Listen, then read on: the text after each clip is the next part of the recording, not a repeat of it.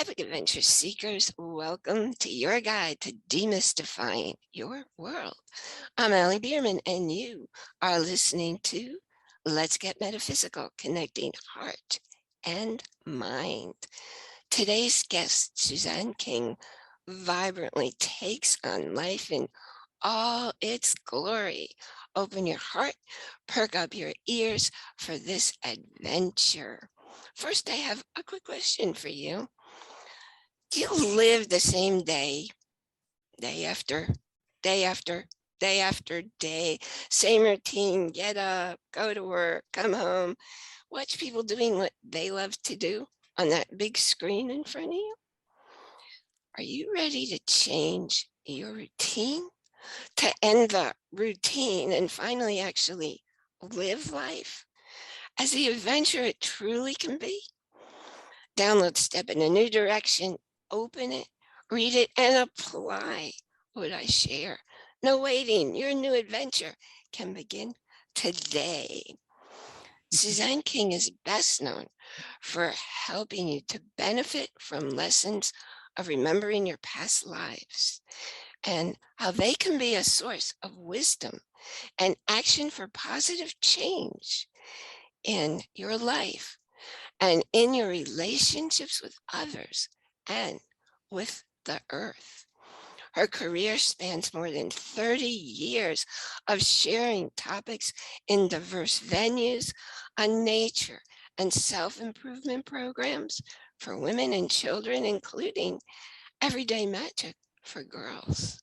For 15 years, Suzanne co-owned Heart of the Goddess, a holistic learning center that sponsored international authors and workshop leaders. She co-created Women Wisdom Trainings, a franchise series of workshops that forged a path for women to honor the divine feminine. In fact, she's best known for helping thousands of women become empowered, regain a deep connection with themselves, the earth, the sacred feminine, and the divine, in order to infuse joy and the great mystery into their everyday lives. Media coverage includes a feature article in the Philadelphia Inquirer magazine section, numerous newspaper and local magazine articles, and a series of radio interviews on the healing properties of light and color. In case I have not yet piqued your curiosity, for those of you watching the video, and I will be sharing it with you what it is. It's a picture of Suzanne with her daughter's mini horse that she walks alongside her friend, Domini Celebrity, another one of our distinguished guests on the show, while Domini's walking her dog. My epic adventure seeker, prepare to be wowed. Welcome to our show, Suzanne. Allie, thank you so much. It's lovely to be here with you. I'm just so excited. I'm overjoyed here. You are such a wealth of experiences and adventures. And I really want to take our epic adventure seekers places we've not yet gone on this show. So let's begin with the life experiences you share in your newest book, Eternity. Okay. Well, how I got started in past lives or being interested in them, my mother told me when I was 14 that she'd read a book called The Search for Bridie Murphy. And we talked about reincarnation. She was very interested in all the esoteric things. So it was natural. It was just a natural course. And then as I grew up, I explored it further and I did meet a friend who was very intuitive and she would have these past life sessions. So I experienced some of my past lives. It was easy, it was fun. I'm very visual. So that was just really fun and I took it all in stride. And then I did have a period of time in my life for 18 months I spontaneously remembered very vivid details of lives, and it changed my life forever. So um at a certain point I was always interested in these things, and there was a party at my house, about 60 people. We had a sweat lodge, we had a maypole. It was summer solstice, and a woman came to the party. I met her, and her name was Hamitra, and we became friends. But as we became friends, I began to have those visions. We were sitting outside, and I said, it feels like ancient Greece. And she piped right up and she said, it does feel like ancient Greece. So it didn't look like ancient Greece, but we both tuned in to something. And we then went to a psychic, and she said, yes, you two were together in ancient Greece. And the story unrolled and went on, details coming up in my mind. But that happened for about 18 months. High adventure lives, being on the run together in France. Mm. All sorts of things came up, and it was fascinating. It was not even it was disconcerting, but it was sort of an unusual normal. And we knew we both were on the same page. But what we discovered was that these lifetimes we were always together, many, many, many times together, but we were always together as a couple, Hmm. as and one lifetime was Victorian England. She was in government. I was the wife, and it just went on and on. Well, we discovered that we were not just that we had always been in love, and we fell in love again. And it wasn't really convenient because I was married with two children. But in the end, it was really a destiny card.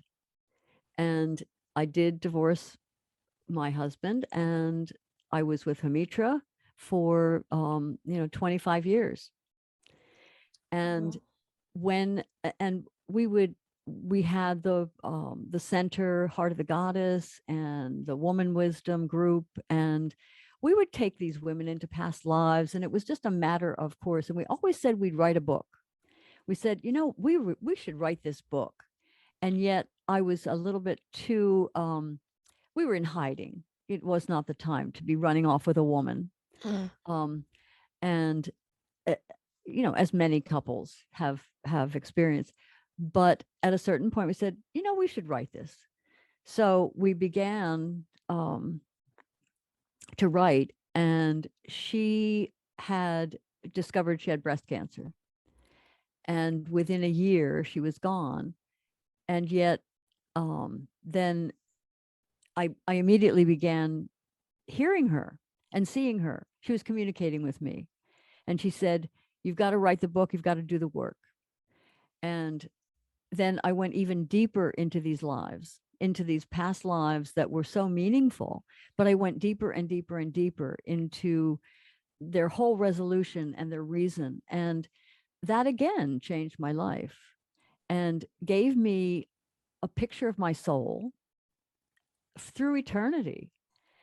And as human beings, we have such rich experiences. We've been here over and over and over, and uh, it just it was very helpful.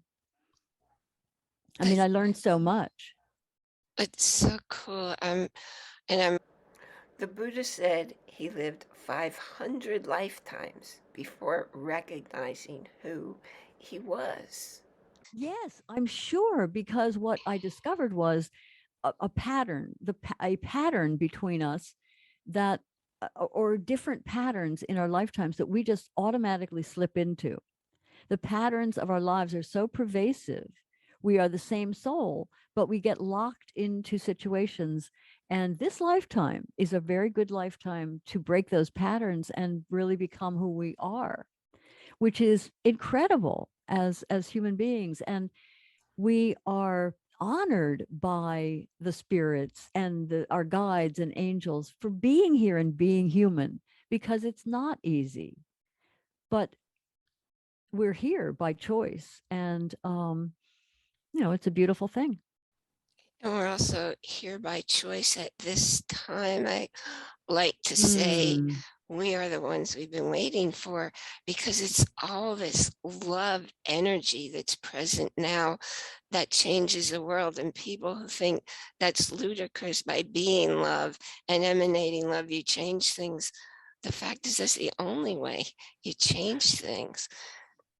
that is Yeah. the only way you change things. And that was part of the lesson. The lessons I've learned is from communicating with loved ones in spirit and the past lives, because we need to know who we are. We need to know who we are as souls. It gives us courage. It gives us reason, purpose. And you're right. And we're here. This is it. This is the big one. And Yeah, that's well put. Oh, yeah. when I was obviously I was listening to you when you were talking, and it reminded me, I met a friend who I had a very, very long time ago. And when we met, we looked into each other's eyes. They say you see into each other's eyes and know. We knew that we knew each other from a past life. And she Yeah. started describing a life in Atlantis. And the Ah, description that she said was something that I had seen in one of my own past life visions. So there was no question to me. Yes, that's how we were connected. So, there's like no you were question. saying, it's yes, we're connected with the people at the time when it's supposed to happen. So, what Hmm. my understanding was, and it sounds like your experience is very different. So, I don't know where I got my understanding. I thought that No, it's perfect. you're right. Thank you for saying. I thought that we keep coming back in lifetimes until we get it right. You know what I mean? The relationship, there's something that's out of balance.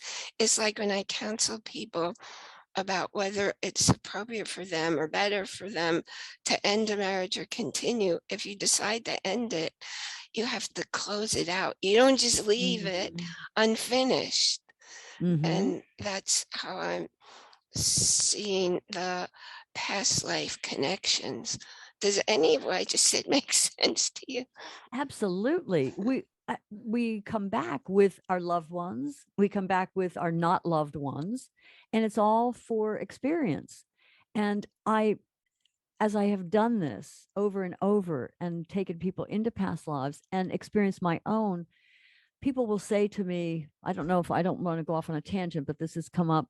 They'll say, I'm excited to do this, but I'm afraid I've done something awful. And I look at them and I say, well, I can guarantee that whatever you think is awful, you've experienced it, whether you're a victim or a villain. But that's not a bad or good thing. That is just your experience. And we came here, we volunteered to come here to understand what it is to be fully human. And the light and the dark, we had to experience both sides. And to we don't even have to forgive ourselves. It's we're here to experience, as I say, the light and the dark. And the other thing I have, you said Atlantis, and Atlantis was 10, 20,000 years ago. What I have understood now, and this is part of our training that we did as for women, the last 5,000 years have been very different in history. They've been ruled by greed, material, the material, and disconnection from the earth, from our intuition, from each other, and from spirit. We're told what to do. Just do it. Don't think, don't be intuitive. So when you go back and take people back to those lifetimes in Atlantis or pre-Hellenic Greece or ancient Egypt, we realize that life on earth has been so different, and we were connected. We were connected to spirit and to the earth in such a way that to remember that we need to bring that back. I mean, Yeah. Gregg Braden said in one of his books, he said, the key to our future lies in the wisdom of the past. And I'm also recognizing, because I read a lot of Edgar Casey's stuff, Yeah. and his book on Atlantis, he said the library from Atlantis said there had been a landmass going over to Egypt, and the library is somewhere in Egypt that hasn't been found yet. Have you ever read Oh, that one? I love it. There's a lot that is going to be discovered. I've read that, but that gives me chills. Yeah, it makes sense to me because you see the same cultural truths everywhere. Like Yes. Carolyn Mace calls it truth with a capital truth with a capital T, because no matter what the culture, no matter what the religion, the basis, and there seems to be a mystic aspect to every religion that's been hidden. Yes. It's like Yes. I didn't know any, I never even heard of the Kabbalah until 10 or 15 years ago. And it was Ah. she called herself a recovering Mormon who had taught me about the Kabbalah. It's like, Mm. whoa. So I went and studied and I say, oh, okay. So this is the same thing I would bet in like the Catholic mysticism that's well hidden.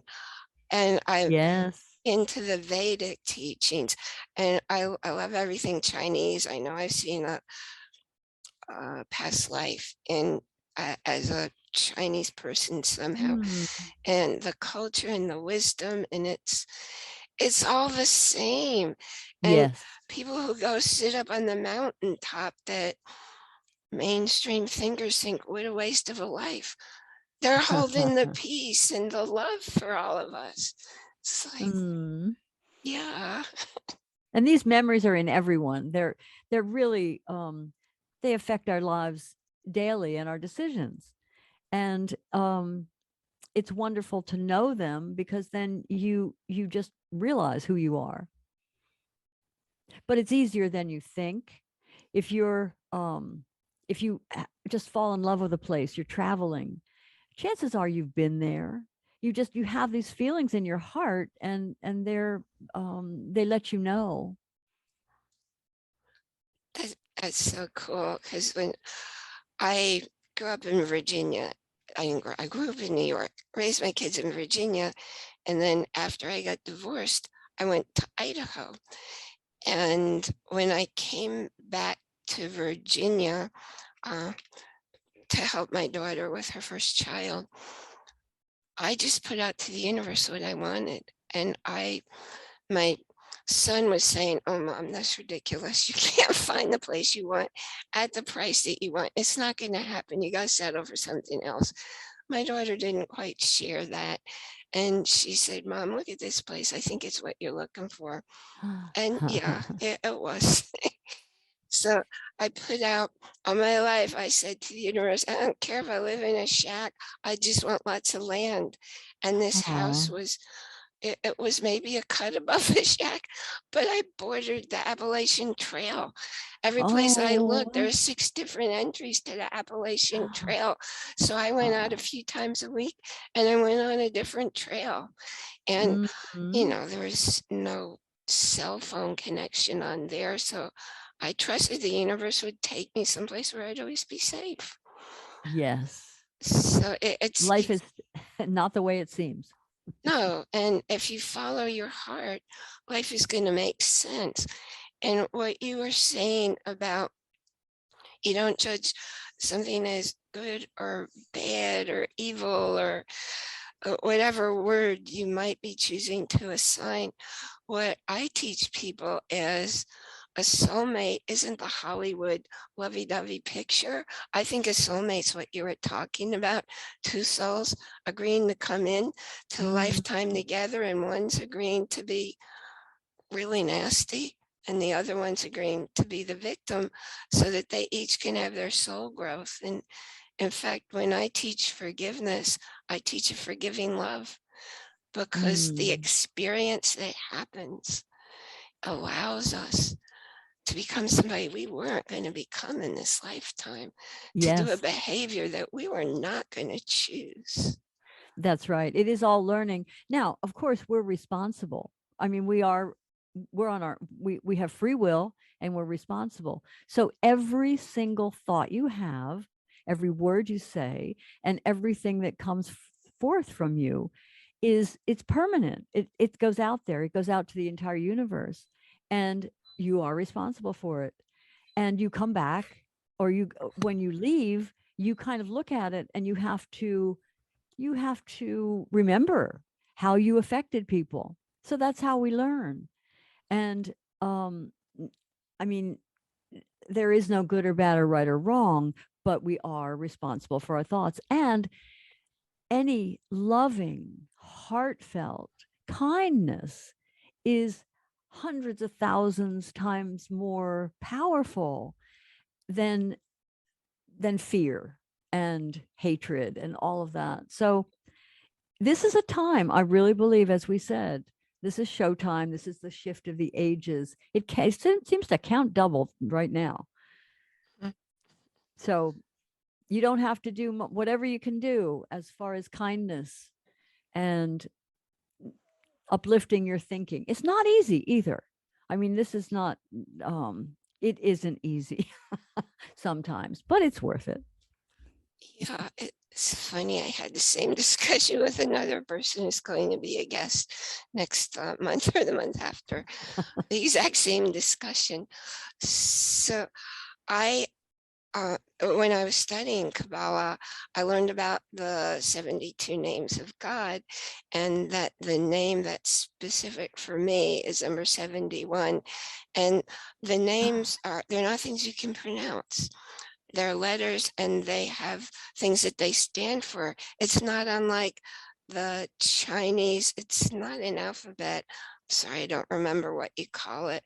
Or the Japanese, the writing, Mm. that it's all pictographs.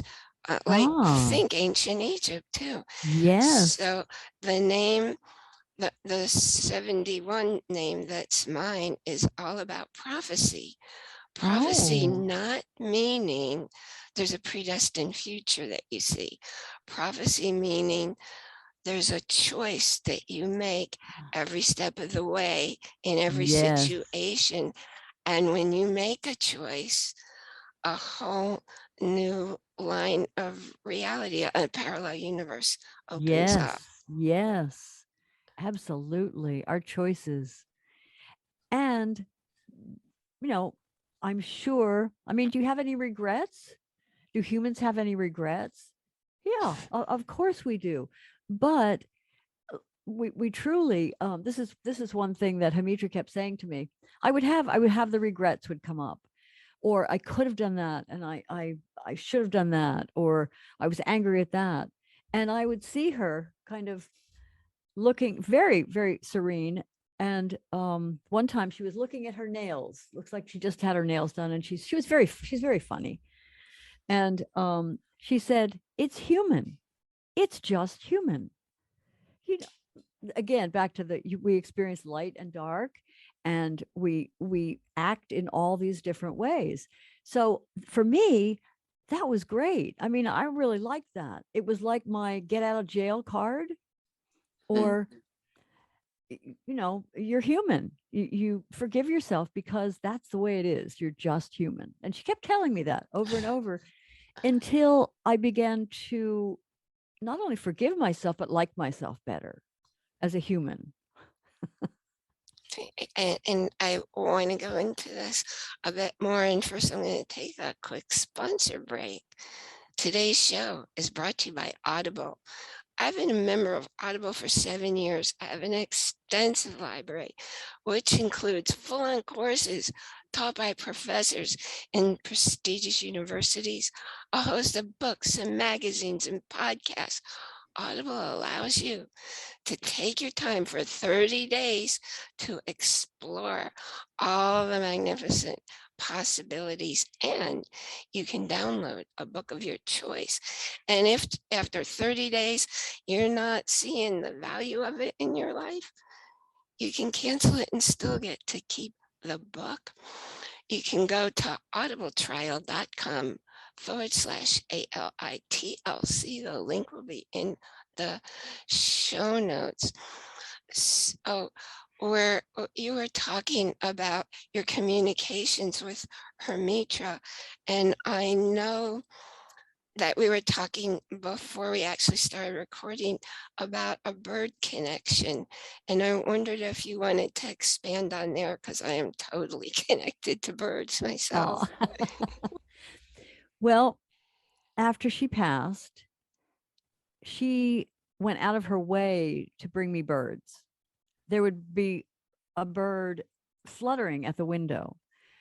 Um, I walked one time. There's a track in back and a park, and I was walking and I was grieving after she'd gone. And I said, "Where are you?" And it was getting dark, but I could see a tiny little flicker in the distance. It came closer and closer to me. It was flying. It was a little bird. It was flying exactly at my eye level, head level. As I saw it, it was a swallow, and it got about 15 feet from me and it went straight up. Mm. And a bird's never done that before. And I knew it was her. It was a message.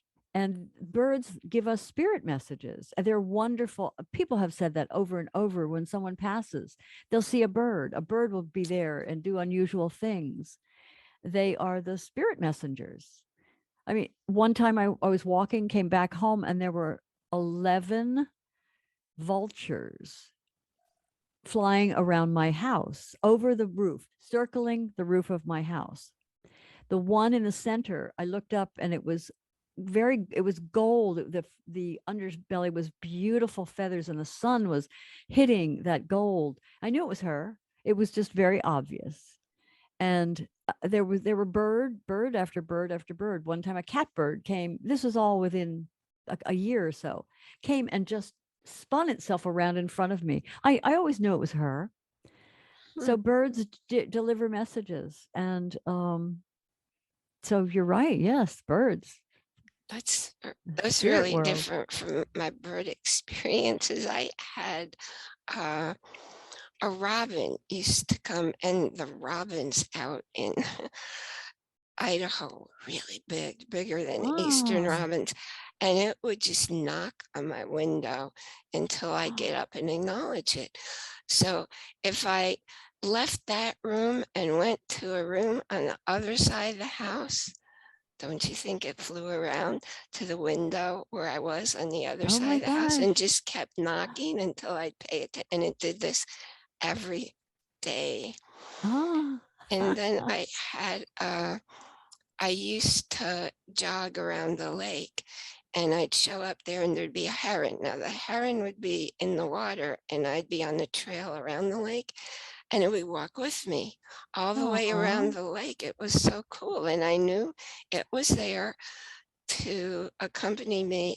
I, I didn't feel a connection of who it might be, but it was always there.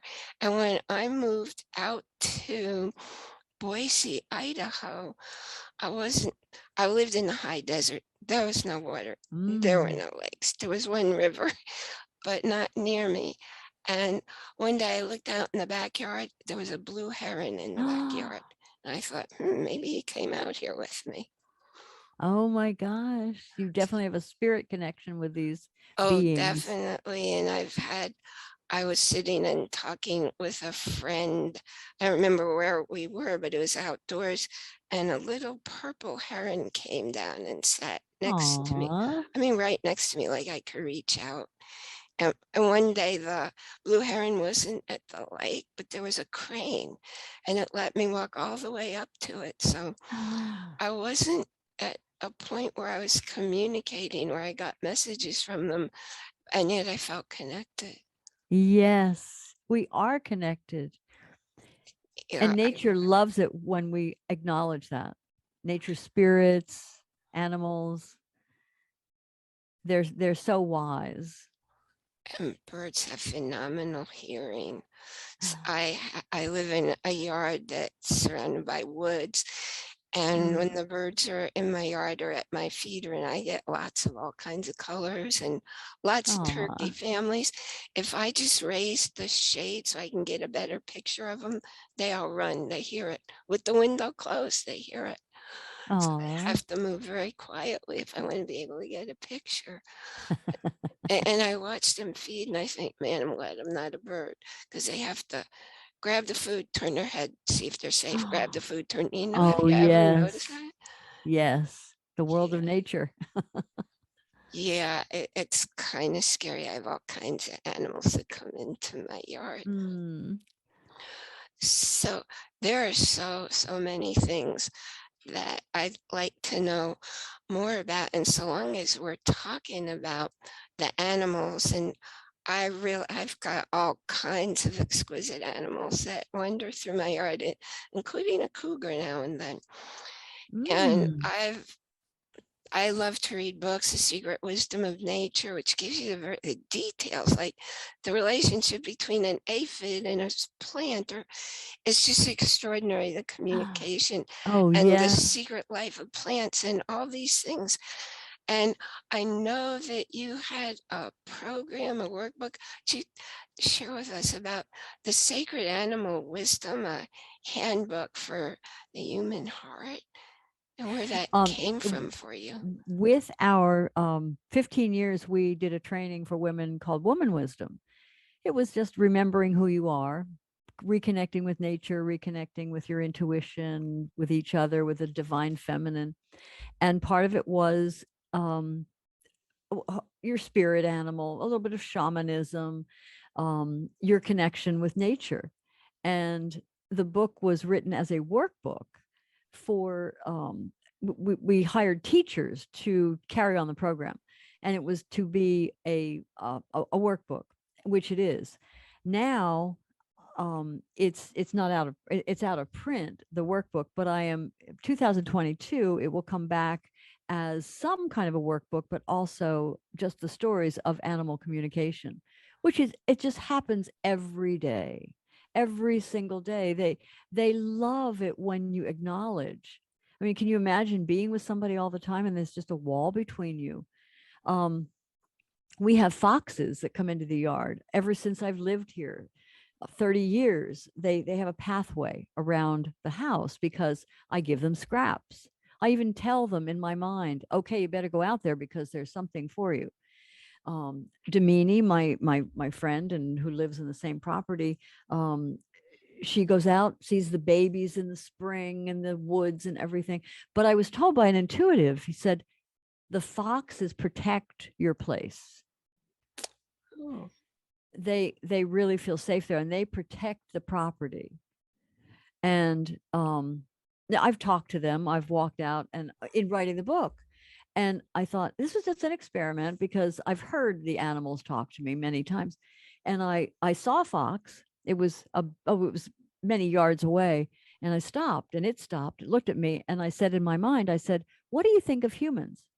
And immediately I heard, they smell bad. No, they smell funny. And then I asked another question. I don't remember. I have it written down. But then it casually walked away. And I thought, well, of course, we have soaps and perfumes and different odors. But that was Oh. an interesting comment. They smell funny. And their senses, of course, with the smell. But I know, and oh, and then the fox, I love the fox, the red fox. I would feed them. And one came and it had mange. Mange will kill them when their Mm. fur disappears.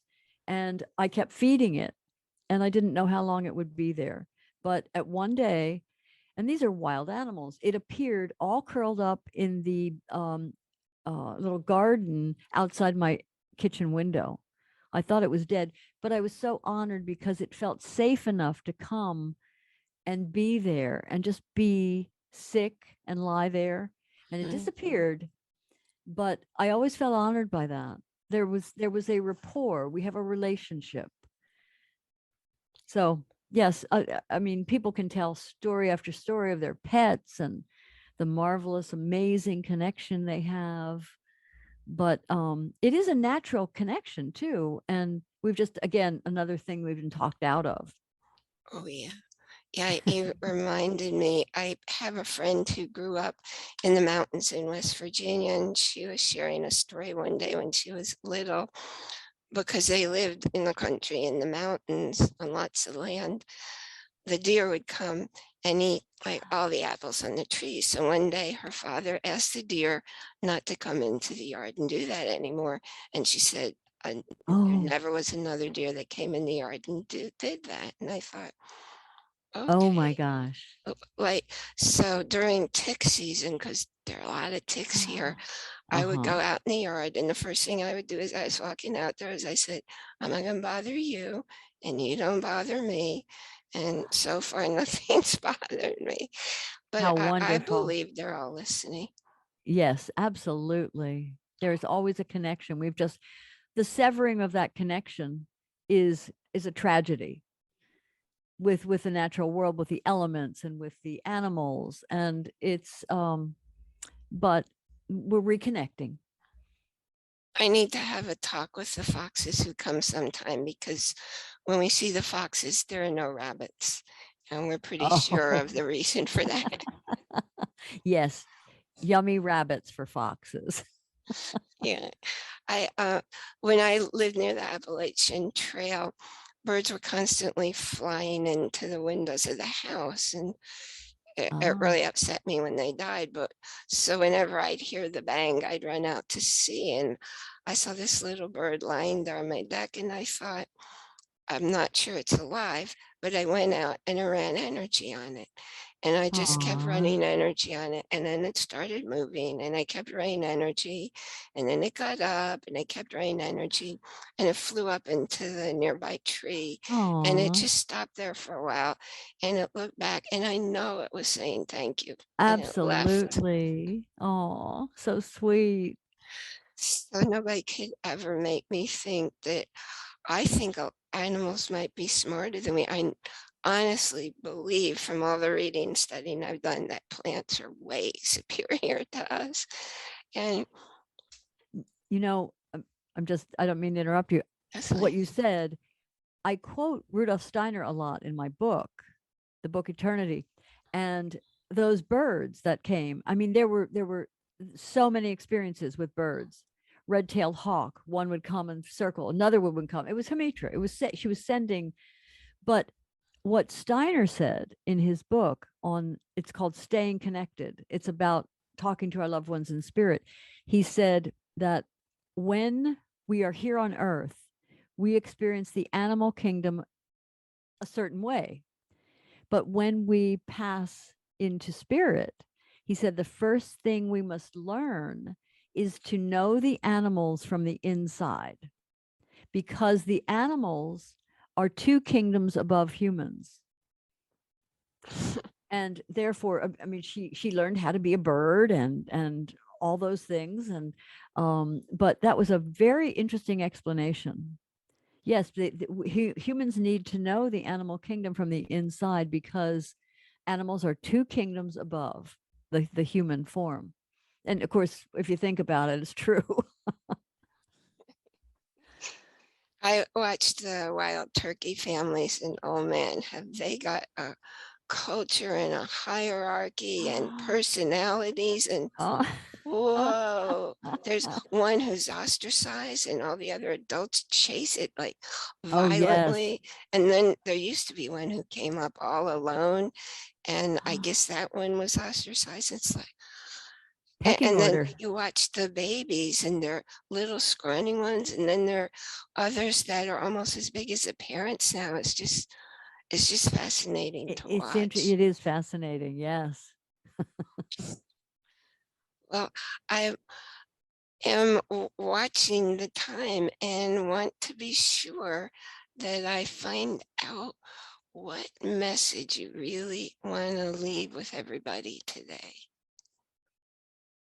Well, let's see. Just that it's going to be okay. It's rough here now, but I truly believe that this is just what we volunteered for. We already the ending is already good. Things are happening that are beautiful, beyond our wildest dreams. Just stick with the course. You're here for this. You have all the tools that you need, and you know, love is the only answer. the heart connecting. Just do a little bit. If you can just a little bit of kindness, first of all, toward yourself, and pull away from what appears to be going on, which is pretty dreadful in its appearance. It's kind of like a bad science fiction movie, but it's okay. And you are more than you have ever dreamed. You have all that you need to be here for this beautiful time. So just love that was the biggest message from my beloved Hamitra. She Mm. said, okay, she told me, write the book, do the work, all these instructions. But then as she was in spirit longer, she said, look, just love yourself. That is the greatest gift to everyone else, to just, because we are one. Thank you. That's definitely what I live and I believe and I teach too. And I think that goes right in with the special gift that you are sharing today. Okay. Well, a couple of things on my website. Um, you can, if you go under blogs, you can download a recording that is a full past life. And there's also a meditation. Um, if you click on the fairy garden, there's a video with music about past lives. That's cute. I like that. It's my fairy garden out there. And if you mention this podcast and you are interested in a past life reading, um, you take off $30 of the price just to mention this lovely podcast that Allie does. Oh, thank you. Thank you. Thank you so much. Thank you for so generously sharing with us today, for making a difference in thousands of lives. And all of, well, the link to her website, and all of this will be in the show notes. It's suzanneking.com.